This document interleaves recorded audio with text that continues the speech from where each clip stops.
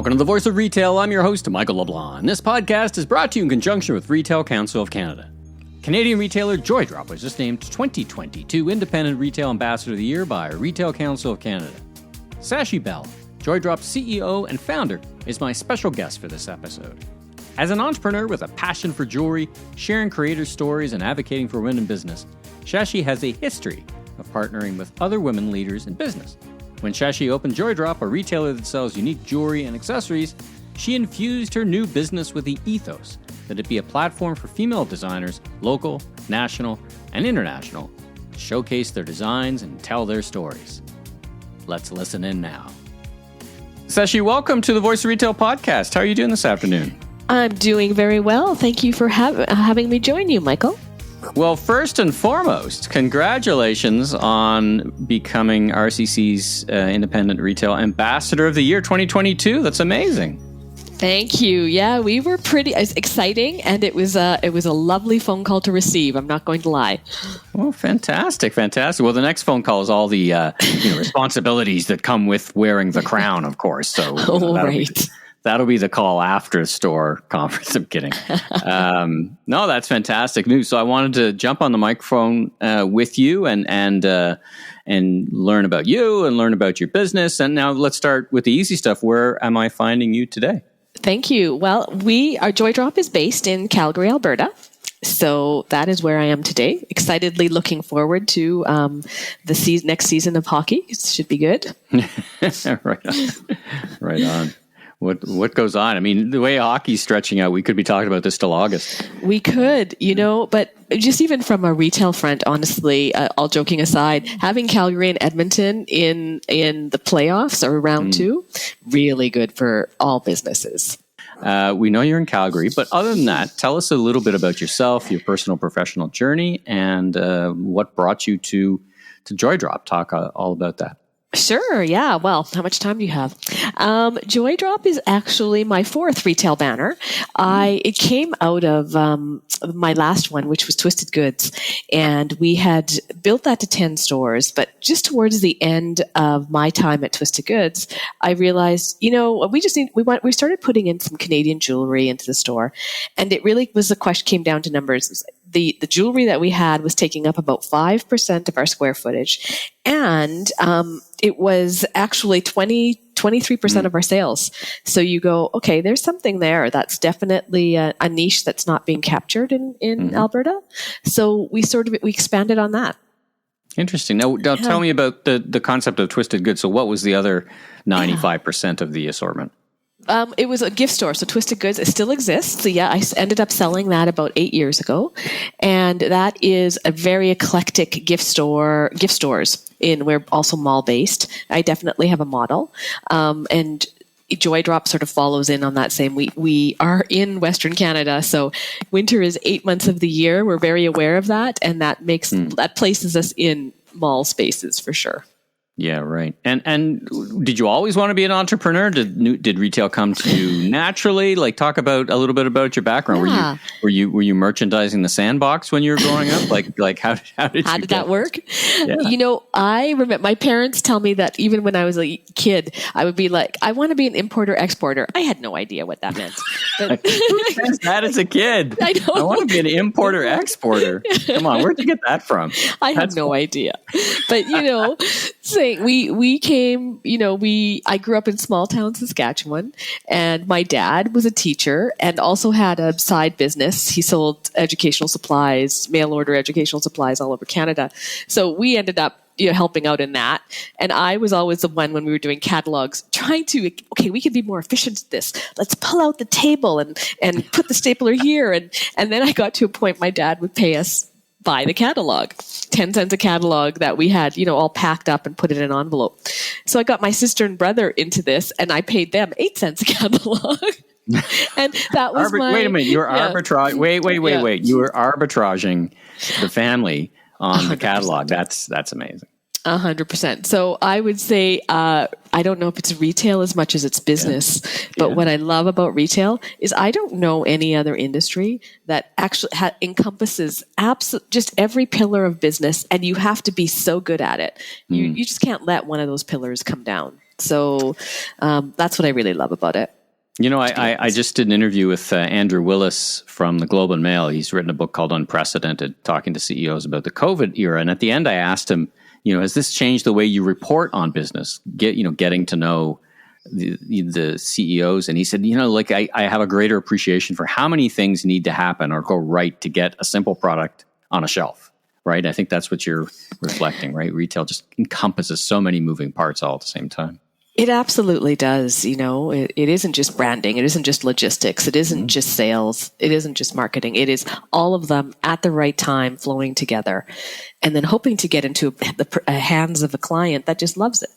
Yeah. And then creating that wonderful momentum or changing the direction of the momentum, whichever comes first. Talk about Joydrop. What's the concept, scope and scale? What makes you remarkable? Talk all about Joydrop. Okay, well, what makes us remarkable? What makes us remarkable is we have a very good team, but that goes without saying. Joydrop is a jewelry store for women.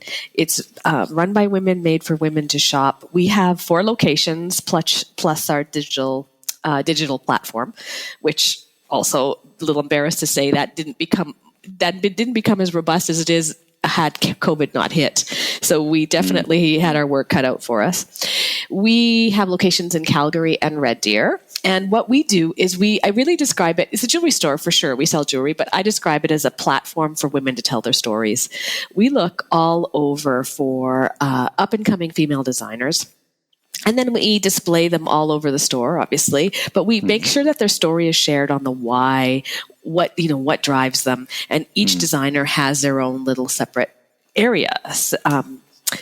And what we find is that has really resonated with our customers. And, to sell you a necklace doesn't excite me at all, but to see you leave with a necklace for whoever you're coming in to buy it for, knowing that there was a story behind it and you're excited to tell that story to your loved one. That is the exciting part of what we do. And that's our big culture part. So when I say our team 100% backs us up. And they look for, and then it empowers them to go out and look for different designers and bring them forward. Oh, that's interesting. So if I was standing in your store, it's not merchandised by category. It's not the rings are here, the bracelets are here. It's merchandised by creator, by maker. 100%, yeah, by the designer. And then we also have our own. We have a few internal lines as well that as we have progressed through our journey, we've started, our core collections. But for the most part, I would say 70% of our merchandise is designer. And how much work is it? I guess it's a 2-part question, because how much work was it and how much work was it during the COVID era, and how much work is it on an ongoing basis to find these creators? I mean, do you go to shows, or do you just scan the news? Like, how do you seek out the right fit for designers? Yeah, I think to some degree that's the part I love, the curation of the product. And so that still sits with me for the most part on what the final decisions are on what we put in. But yeah, you said there's shows, as you know, in our industry, there's some great shows all over the world. We try and hit some of the little more gift shows and jewelry. There's specific jewelry shows. We try to hit a little bit more of the obscure ones as well. Go to Austin, which isn't a bad thing, and just to get a little bit more eclectic. And so that's one avenue. The other avenue, like you said, is ferocious readers and seeing what's coming up on trends. And if someone has, maybe hit a style editor's eye, because they're also trying to look for what's up and coming. Sure. We'll go out and try and approach them that way. And then, like I said, it's our team. It's word of mouth. And now we're at a place too, which is a lovely place to be. With the 4 stores, we've got a little bit of traction that people now come to us as well and ask us to take a look at their designs. So that's good and bad, because I hate saying no. But now, is there just a last detail from a merchandising perspective? Is there a price point, a magic price point for you? What's your span of good, better, best in the store? Yeah, for sure. Our sweet spot is that $125 to $199. That we do have different price buckets, but that's definitely our sweet spot. All right. Interesting. Well, thanks for sharing. All right. So once again, your RCC's 2022 Independent Retail Ambassador of the Year. How did you get the call? What was that like getting the call? Did you know it was coming? And just to talk about what you think it might mean to the business and for your accomplishments in your career. Well, I had no idea it was coming. So Michelle from RCC called. And, the funny thing is that I was in a meeting and the call came, then another call right away, and then another call. Wow, what is this? Somebody really wants to get a hold of me. And, after the meeting I called and she goes, well, I just wanted to tell you. Oh my gosh, this was so, I'm not going to lie. I had a little shriek for sure. And the big thing is, what does it mean? It means a big party for our team. A very big party for our team. We're actually planning that for mid-June because, us, like everyone else, have not gone out for the last 2.5 years, and there does not seem like a better reason to have a celebration. So we're going all out and celebrating our team. Oh, fantastic! Let's talk about the role of community in your business. You've talked about designers and featuring designers, but I think you also have community both within your store and outward facing. Talk about the role of community in building a community who will shop for you online, which is also important. But again, how you build your community outward facing. Yeah, I think I know what you mean when community. I'm sorry, I'm going to go back. Saying that this is my 4th banner, and that doesn't happen in isolation. Nothing happens in isolation, and I'm very aware of that it's been a journey of a lot of people along the way holding their hand out and saying, try this, try this, try this. So, personally, I belong to a couple of business groups like EO, and that has been absolutely vital in my growth as a business person. And then there's a community with our team and our designers. And then there's a community with our need to also give back. So we do all have, it's all women-led designs, which is very important. So what we also do is we work with making changes, and we ensure that, any jewelry that we are no longer, instead of putting it on sale, we donate it to making changes. So, and that is for women who have new women to Canada that are going out for interviews. So they just have something to make them feel good, because we all, so I guess I feel like there's 3 prongs to community. Is one of the more vital pieces for us. And then the other thing, just by virtue of what we do in jewelry, we are able to create concepts and collaborations with our community, and for the goal of fundraising. So our last one was just with Director, and it was Director is a nonprofit that works with the Y, and they help women get board ready, basically, because as we all know that we need more women on boards, and so it's bringing those skill set to a whole different gender, I guess. Let's talk about social media. So, I talk to retailers and social media, very important. It's a bit of a double-edged sword, of course, and in some ways, how much more money to give to the platforms versus how much perhaps to invest in expertise within your own team to master the platforms. Where do you sit on social media, and how do you approach it? Oh, okay. I read that question as well, and it's a beast. I don't know how to describe it other than it's a beast. It feels like it takes social media or the digital platforms take up the majority of our marketing discussions now. Without a doubt, they do. We don't actually use, as you know, the essence of marketing and the way you put it together, that's all changed, or that's all the same. If we were advertising on a newspaper or billboards or radio, we don't do any of that anymore. It's all social media for sure. And, but what it keeps on happening is these dang algorithms change. And then the girls are like, oh, well, this is not working anymore, and this is not working. So it just feels, honestly, to be honest, I feel like we're constantly behind the 8 ball as far as social media. And you try and lead people through it. At the same time, thinking in the back of your head, I am not sure how to tame this beast either. But it's a constant learning. I guess your question is, what is the importance of social media in our world? It's vital. We sell something that looks very good on social media as well.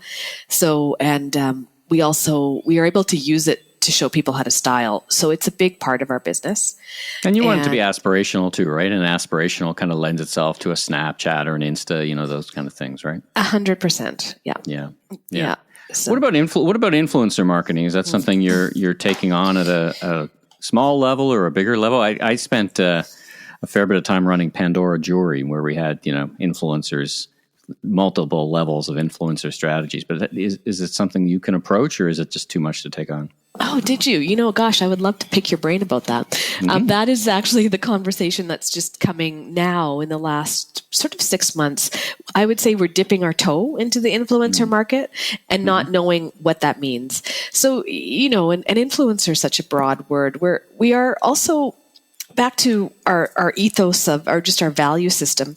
We're aware that we're in an industry that sort of just sits on the edge of fashion, and we don't also want to be ever doing anything that makes someone feel bad. So that's always part of our conversation in the context of social media.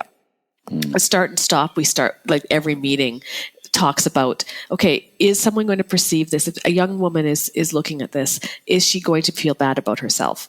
And if there's even one person around the table that says something, it's like, no, scrap it. And that, so there's we haven't saying that, then we haven't really got into the heavily paid influencer market. We sort of our strategy right now is looking at influencers as women that are doing great things back into their community. Like the Calgary, we have a lot of Olympic athletes, just by virtue of being in Calgary. So we approach and, have them wear jewelry and just see if they will tag us. So that's kind of the extent of our influencer piece. But we are approaching the word influence as not as women that are doing things more than just looking good.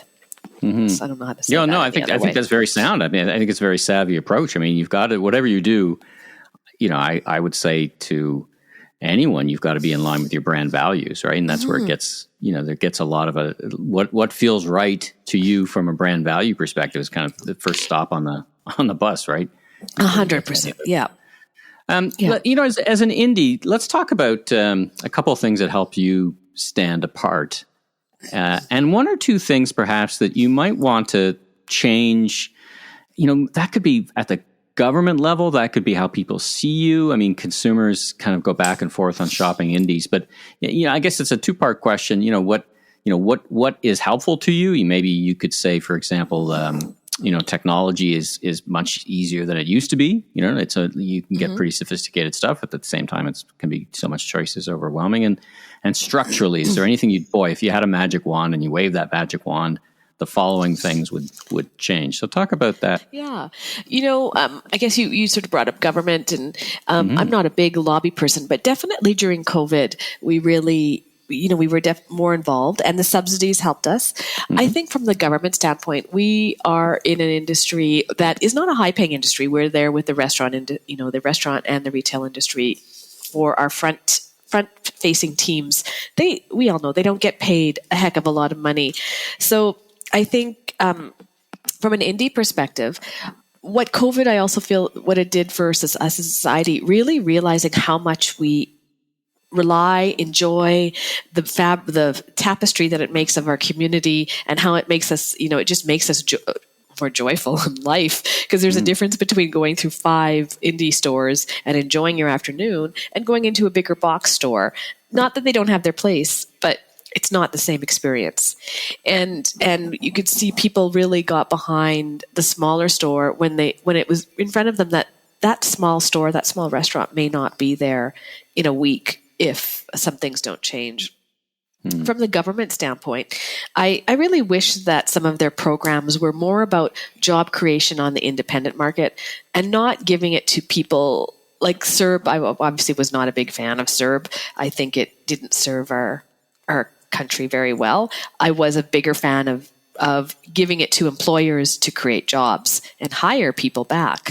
I think that we can do more of that kind of program and initiative with governments. And then the other thing I would love in Canada, retail is not considered a career. And for the life of me, I do not know why. We started this on the business. You need to know so many facets of business, all the facets of business. In the States, it's a viable career to be in retail. In Canada, it's a stepping stone onto your next thing. And I think that comes from our education system and how we talk about retail. All right. Advice to your fellow retailers. I frame this in the 2 starts and 1 stop. From your experience, from your great experience, things that people maybe thinking of getting into independent retail or perhaps are in it and looking to share some advice, 2 things they should start doing, and 1 thing maybe that you would advise them to stop doing or that you stop doing just because it just doesn't work anymore. What are your thoughts? Well, the 2 things is, I guess the one for sure is just do it. Go in. If you haven't started, there's never a right time to start a business. It's always the right time to start a business. It's kind of like having a baby. Or planting a tree, right? The right time to plant a tree was 20 years ago. The next best time is today, right? Kind of thing. Yeah. Oh, I love that. Yeah, so I would say just start. The next thing that starts is know your numbers. You need to know your numbers. Retail is detail. You hear it all the time. And the numbers are, I call it the hub, and then everything spokes out from that. And the margins are so tight in it that you can't let that go to someone else and then just sort of glance at it once or twice a year and hope you're doing well. So that's something I would really emphasize. And then the stop, that's a hard one. I would say maybe the stop, it's also another start is just keep on going with technology. As you said, there are so many different things that are supposed to make our life easier, but they don't. I guess the stop would be, you don't have to have all of them. You just have to have the right one. So you have to take some time to research and put together a plan of how you want your logistical system to look, and then go out and find those apps. Just because someone says it's the great thing for them, it may not be a great thing for you. Yeah, it's tricky. It's tricky. On the one hand, it's, I launched Hudson's Bay e-commerce in 2000. Oh my gosh. It cost us like 7 figures just to take a credit card online. So a lot of that is gone, right? A lot of that, a lot of folks at any level can have pretty powerful stuff, but there is a tyranny of choice, right? It can be overwhelming. So I love your advice. Kind of see what fits you, and talk to your fellow independent retailers, and of course, always when you can come to Retail Council of Canada events, because we talk about that stuff all the time.